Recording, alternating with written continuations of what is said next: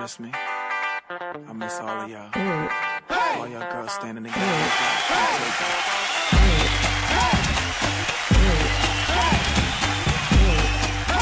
Deuxième match de préparation, deuxième défaite pour l'Olympique de Marseille. Attention, ce n'est toujours pas inquiétant. Il y a des satisfactions après cette défaite contre Saint-Etienne. En premier lieu, Morgan Sanson, à nouveau numéro 10, est plutôt dans de bonnes dispositions physiques et techniques. Le numéro 8 de l'Olympique de Marseille aurait même pu être crédité d'une superbe passe décisive avec une talonnade dans la course pour Valère Germain. Malheureusement, l'action n'a pas fini en but. On a aussi vu un très très bon Luis Gustavo, voilà, qui est redevenu, comme si de rien n'était, le patron du jeu, comme s'il ne s'était rien passé, sans vacances, sans rien.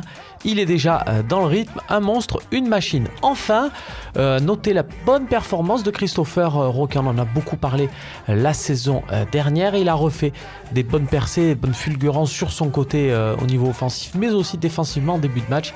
Il était là très vigilant. À noter aussi le bon match de l'autre côté de Bala. Voilà, vous savez pas, je vous vois tous. Ali Abdallah Mohamed, c'est un peu compliqué, appelez-le Bala. Et lui aussi, il a fait un bon match dans son couloir droit.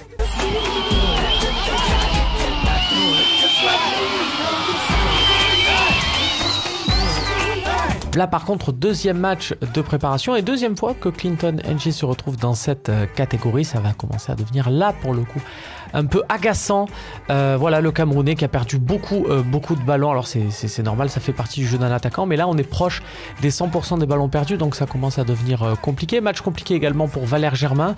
Il a une occasion, il n'a pas marqué. Bon, on va pas parler de ce qui s'est passé en mai dernier du côté du Stade de Lyon, mais faudrait vite un but là pour justement passer à autre chose. Et puis impossible de ne pas parler de Florian Escalès. Alors oui, Romain, tu tapes sur un jeune. Il faut voilà, être juste. La défaite, elle est pour lui. Voilà, le deuxième gardien. En attendant, bien sûr, le retour de Steve Mandanda. Deuxième gardien, là, il a fait une sacrée boulette. Une Lionel Lietizi, tiens, comme on parle de l'équipe de France, qui avait fait un peu la même. Ça lui avait coûté sa place en Coupe du Monde. Attention pour Escalès, parce que cette sacrée boulette, elle pourrait peut-être lui coûter une place de troisième gardien. On sait qu'il est en concurrence avec Romain Cagnon.